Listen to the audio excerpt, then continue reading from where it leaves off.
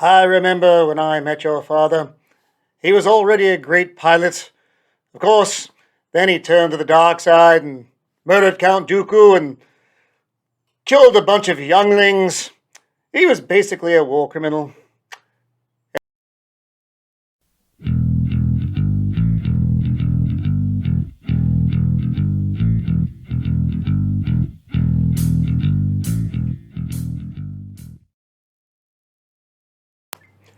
Greetings and welcome to Roman of the Empire.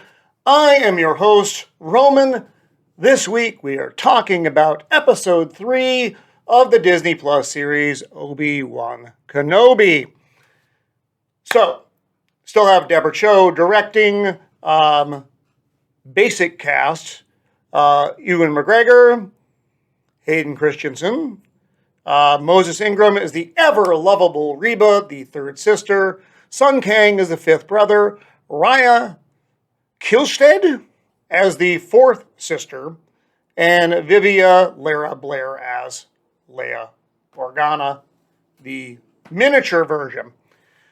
So, last episode left us with the cliffhanger. Obi-Wan and Leia escaping Daiyu. That was the bad Blade Runner Las Vegas planet on an automated freighter. They were running from Reva, the third sister Inquisitor, who just murdered the Grand Inquisitor, and they're headed for a rendezvous with someone friendly to the cause. Obi-Wan also now has the knowledge that his former apprentice, Anakin Skywalker, now Darth Vader, though he doesn't really have that, is still alive, and not only that, he's looking for him. And you'll remember at the end of the episode, we also got that shot of Anakin floating in the tank, eyes open. Got that nice Vader skin sheen thing happening. Anyway, so that's where we left off. They're taking off, Vader's awake. Now, I did like this episode better than the previous two. I admit that freely. Overall, it did look good. A couple of CGI issues, but just the overall look of the show was much better. The town where you were in most of this episode looked fine, looked like typical Star Wars stuff. You do get a good look. Now, in the preview, you remember seeing the Inquisitor's base, which you may not have known that's what it was at the time. Of course, it was that pyramid-looking thing coming out of the water. That's actually really cool. It goes deep down into the water, and it's actually a huge establishment. That's a really, inside it is dark, but it has that Empire look to it. It's a really cool thing. And we get more stormtroopers in this episode, which gives it also more of a Star Wars feel.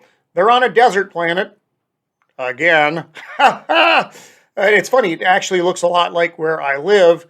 The landscape. So if you're ever wondering where the Empire is, it's probably on that planet.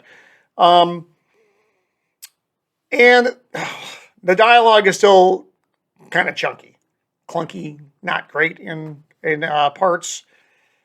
And that's just that's modern Star Wars writing is the thing. I mean, overall, it wasn't bad. If it were fan fiction, it would feel better.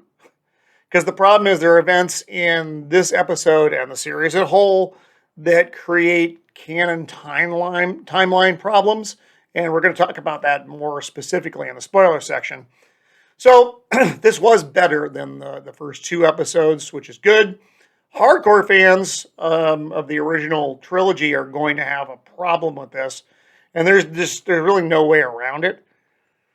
So if you started watching it and you're like, oh, no, give it a shot.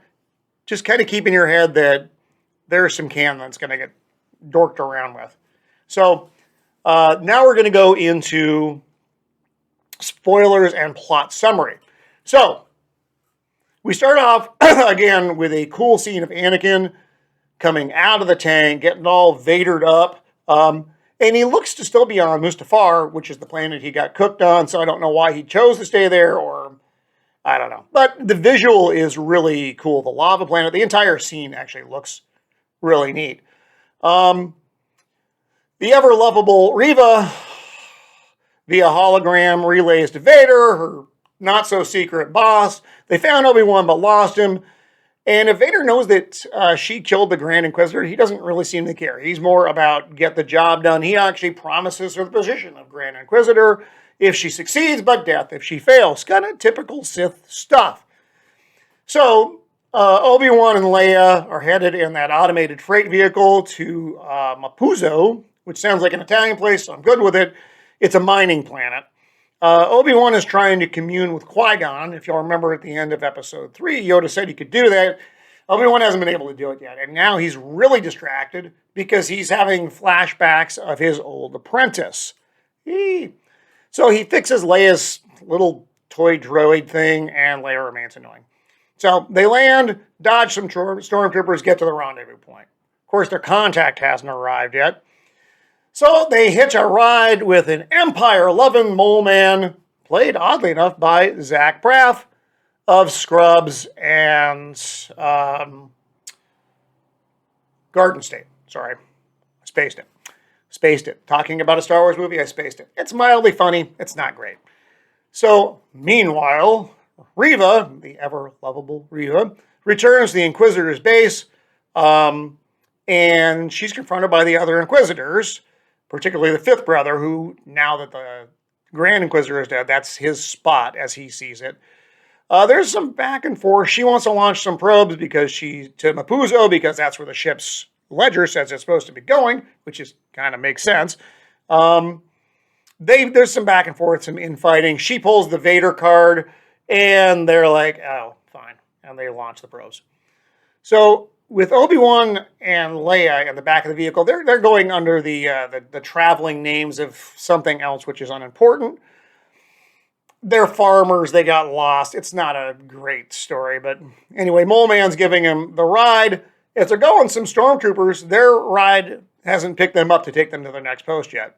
Which, if you know the government, actually isn't that surprising. So they get in the back, and now you've got this kind of awkward travel situation for Obi-Wan and Leia. The troopers start asking questions, because they're troopers, and that's what they do. Obi-Wan slips up and says Leia's actual name instead of her made-up name. And the trooper's like, you said her name was, I think it's Luna or something like that. And they fall back on a fake story that was her mother's name. She's now dead. He gets confused. It's all very hard. So, all right. The troopers are inept as always. They get off. Fine. And Leia then basically is like to Obi-Wan, she's like, you knew my mother. Are you my father?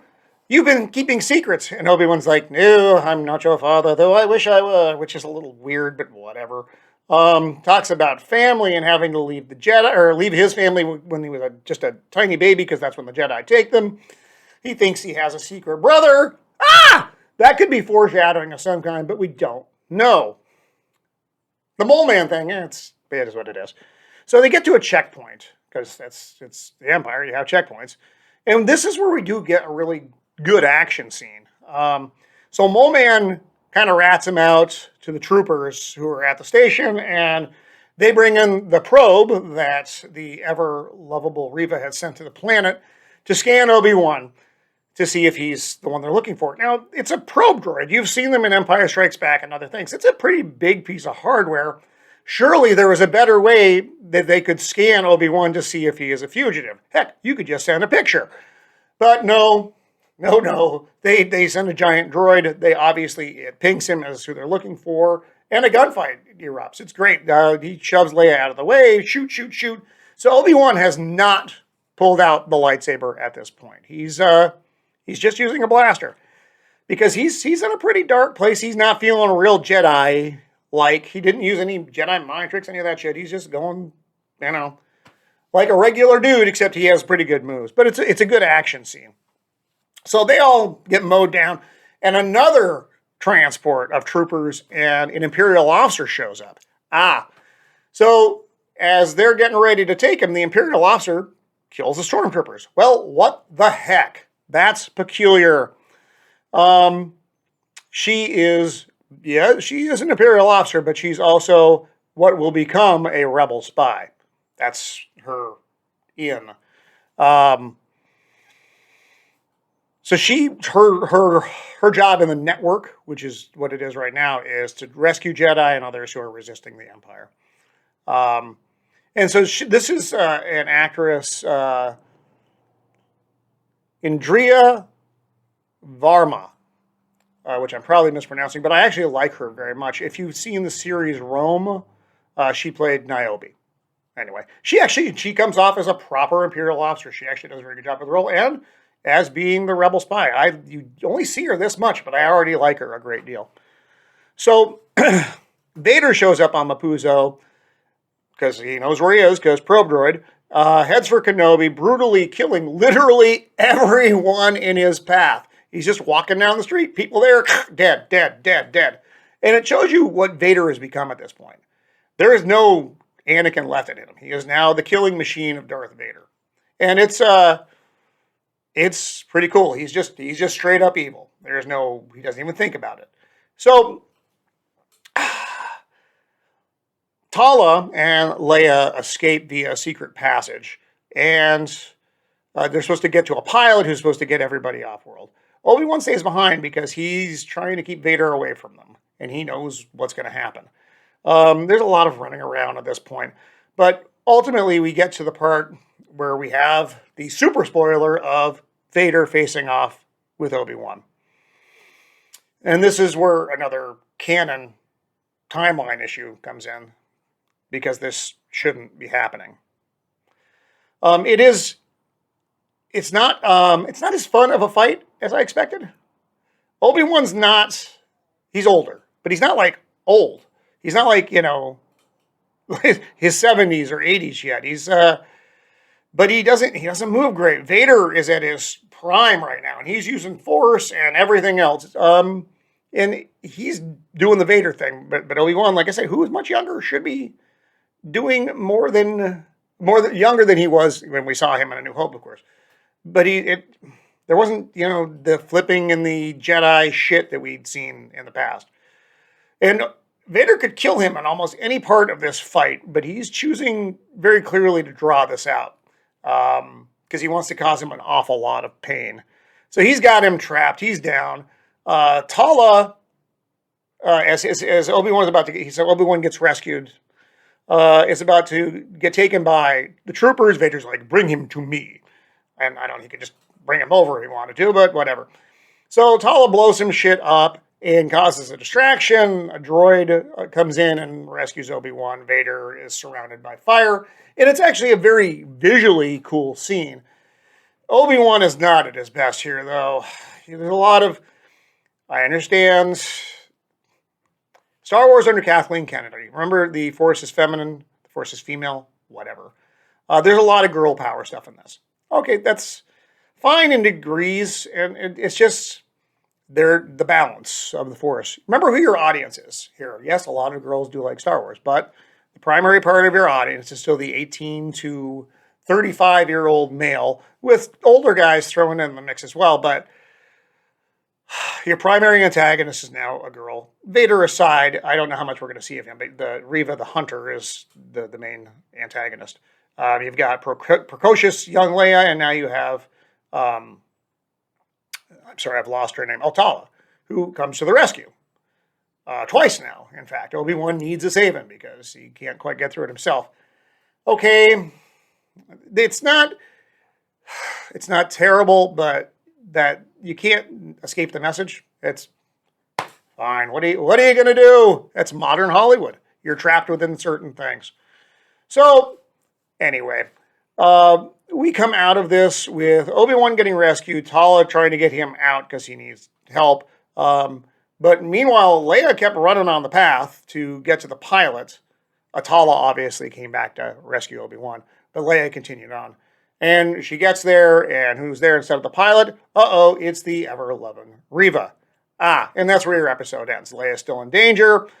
And